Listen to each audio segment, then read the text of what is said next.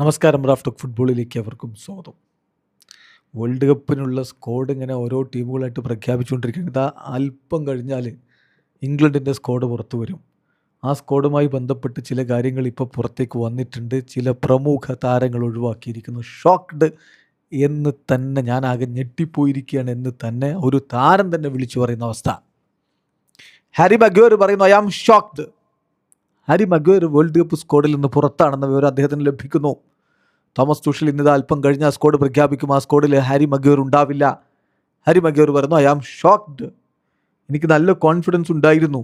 ഈ വേൾഡ് കപ്പിൽ എൻ്റെ രാജ്യത്തിന് വേണ്ടി മേജർ ആയിട്ടുള്ളൊരു പാർട്ട് എനിക്ക് കൈകാര്യം ചെയ്യാൻ പറ്റും, നന്നായി പെർഫോം ചെയ്യാൻ പറ്റുമെന്ന് ഞാൻ പ്രതീക്ഷിച്ചതാണ്. പക്ഷേ എന്നെ ഒഴിവാക്കിയിരിക്കുന്നു. I am shocked. I have been left gutted by the decision. വലിയ ദുഃഖമുണ്ട്, വലിയ സങ്കടമുണ്ട്. എന്നാൽ മറ്റ് പ്ലെയേഴ്സിന്, സ്ക്വാഡിലേക്ക് എടുത്തിട്ടുള്ള മറ്റെല്ലാ പ്ലെയേഴ്സിനും ഞാൻ ഓൾ ദി ബെസ്റ്റ് നേരുകയാണ് എന്നുകൂടി ഇപ്പോൾ ഹാരി മഗ്വയർ പറയുന്നു. ബെൻ ജേക്കബ്സ് ഇക്കാര്യം റിപ്പോർട്ട് ചെയ്യുന്നു.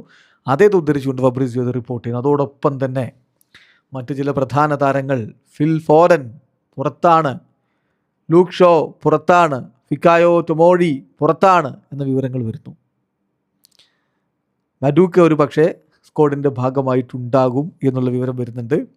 അതോടൊപ്പം തന്നെ Kobbie Mainoo will be at 2026 world cup with England. Thomas Tuchel അക്കാര്യം തീരുമാനിച്ചു എന്ന് ഫബ്രീസിയോയുടെ റിപ്പോർട്ടും വരുന്നു. ഏതായാലും കാത്തിരിക്കാം. ഇനിയും ഏതൊക്കെ താരങ്ങൾ പുറത്തു പോകാൻ സാധ്യതയുണ്ട്, ട്രെൻഡിൻ്റെ കാര്യത്തിലൊക്കെ എന്താണെന്നുള്ള വിവരങ്ങളൊക്കെ പിന്നാലെ വരും. അടുത്ത മണിക്കൂറുകളിൽ തന്നെ സ്ക്വാഡ് തോമസ് തുഷൽ പ്രഖ്യാപിക്കും. വീഡിയോ അവസാനിക്കുന്ന ഫുട്ബോൾ ലോകത്തെ കൂടുതൽ വിശേഷങ്ങളുമായി റാഫ്റ്റോക്സ് എത്താം.